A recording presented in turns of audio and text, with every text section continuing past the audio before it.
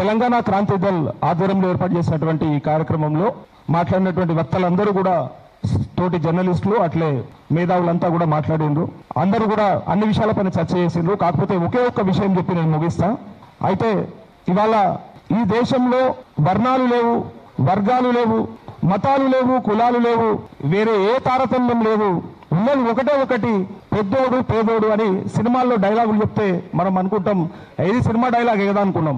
బయట మేధావులు వేదికల మీద స్పీచ్లు ఇస్తే వాళ్ళు ఏదో స్పీచ్లు మట్టుకు మాత్రమే చెప్పారు అనుకున్నాం. కానీ ఇట్లాంటి కేసులు చూసినప్పుడు అనిపిస్తుంది ఎస్, ఈ దేశంలో పెద్దోడు పేదోడు మాత్రమే ఉన్నారు తప్ప వర్గాలు వర్ణాలు మతాలు కులాలు ఏం లేవు.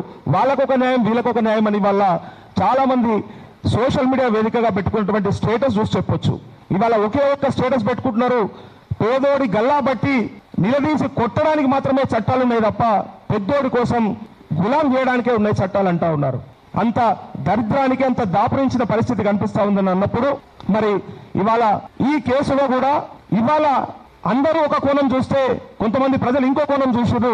ఆ కోణం చెప్తా చాలా కొత్తగా అనిపిస్తుంది. ఇవాళ బండి సాయి భగీరథకి బెయిల్ వస్తే బాగుండని వాళ్ళు ఉన్నారు చాలా మంది. అరే ఎందుకు రావాలి, బెయిల్ వస్తే తప్పించుకున్నట్టే కదా అని కొంతమంది అంటున్నారు. అట్లా వస్తేనే వాళ్ళ ముసుగుతో తలుగుతుంది. అట్లా వస్తేనే పేదోడికి రేపు పొద్దున అన్యాయంగా అక్రమంగా ఇరికిచ్చినటువంటి కేసుల్లో వాళ్ళకి రెఫరెన్స్ గా ఉంటుంది. మాలాంటి అడ్వకేట్లకు కూడా రేపు భవిష్యత్తులో అదొక రెఫరెన్స్ కేసు కింద ఉంటుందని చెప్పేసి చాలా మంది అంటా ఉన్నారు. సో అదొకటైతే ఇంకొకటి, ఈ బీజేపీ వల్ల భాగవతం అంతా బయటపడ్డది. ఇవాళ మొత్తం వాళ్ళ ఆలోచన సరళైంది, వాళ్ళ భవిష్యత్ ఏంది, ఈ రాష్ట్రంలో ఉండకుండా వాళ్ళకి వాళ్ళే బొంద కూడా తీసుకున్నారు, అది కూడా బయటపడ్డది. కాబట్టి ఈ రెండిటి కారణం చేత ఇవాళ భగీరథ్కి బెయిల్ రావాలని కోరుకున్నారు. ఈ ఇంటర్మ్ ప్రొటెక్షన్ వస్తే కూడా కొంతమంది బాధపడ్డారు. అరే వచ్చేది లేకుండే, అది కూడా రేపటికి వాయిదా పడ్డది. సో అది కూడా రావద్దు, బెయిల్ ఇవ్వాలి, సాయి భగీరథ్కు బెయిల్ ఇవ్వాలి, ఆయన బయటికి రావాలి, ధర్మం కలిసిందని తిరగాలి, పేదోడికి అర్థం కావాలి ఏం జరుగుతుంది దేశంలో అని.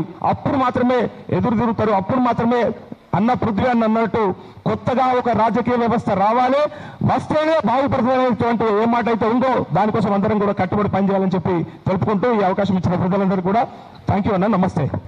తెలంగాణ క్రాంతి దళ్ ఆధ్వర్యంలో ఏర్పాటు చేసినటువంటి ఈ కార్యక్రమంలో మాట్లాడినటువంటి వక్తలందరూ కూడా తోటి జర్నలిస్టులు అట్లే మేధావులంతా కూడా మాట్లాడిండ్రు. అందరూ కూడా అన్ని విషయాలపైన చర్చ చేసిండ్రు. కాకపోతే ఒకే ఒక్క విషయం చెప్పి నేను ముగిస్తా. అయితే ఇవాళ ఈ దేశంలో వర్ణాలు లేవు, వర్గాలు లేవు, మతాలు లేవు, కులాలు లేవు, వేరే ఏ తారతమ్యం లేదు.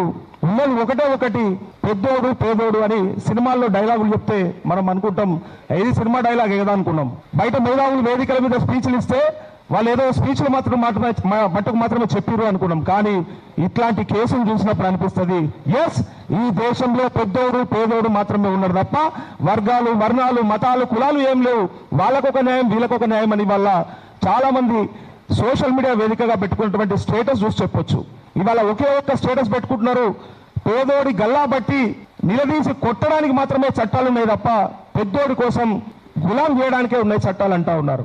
అంత దరిద్రానికి అంత దాపురించిన పరిస్థితి కనిపిస్తా ఉందని అన్నప్పుడు మరి ఇవాళ ఈ కేసులో కూడా ఇవాళ అందరూ ఒక కోణం చూస్తే కొంతమంది ప్రజలు ఇంకో కోణం చూసారు. ఆ కోణం చెప్తా చాలా కొత్తగా అనిపిస్తుంది. ఇవాళ బండి సాయి భగీరథ్కి బెయిల్ వస్తే బాగుండని వాళ్ళు ఉన్నారు చాలా మంది. అరే ఎందుకు రావాలి, బెయిల్ వస్తే తప్పించుకున్నట్టే కదా అని కొంతమంది అంటున్నారు. అట్లా వస్తేనే వాళ్ళ ముసుగుతో తలుగుతుంది. అట్లా వస్తేనే పేదోడికి రేపు పొద్దున అన్యాయంగా అక్రమంగా ఇరికిచ్చినటువంటి కేసుల్లో వాళ్ళకి రెఫరెన్స్ గా ఉంటుంది. మాలాంటి అడ్వకేట్లకు కూడా రేపు భవిష్యత్తులో అదొక రెఫరెన్స్ కేసు కింద ఉంటుందని చెప్పేసి చాలా మంది అంటా ఉన్నారు. సో అదొకటైతే ఇంకొకటి, ఈ బీజేపీ వల్ల భాగవతం అంతా బయటపడ్డది.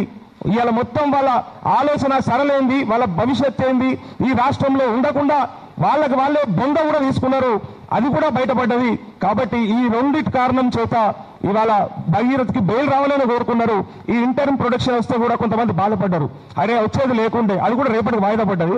సో అది కూడా రావద్దు, బెయిల్ ఇవ్వాలి, సాయి భగీరథ్కు బెయిల్ ఇవ్వాలి, ఆయన బయటికి రావాలి, ధర్మం కలిసిందని తిరగాలి, పేదోడికి అర్థం కావాలి ఏం జరుగుతుంది దేశంలో అని.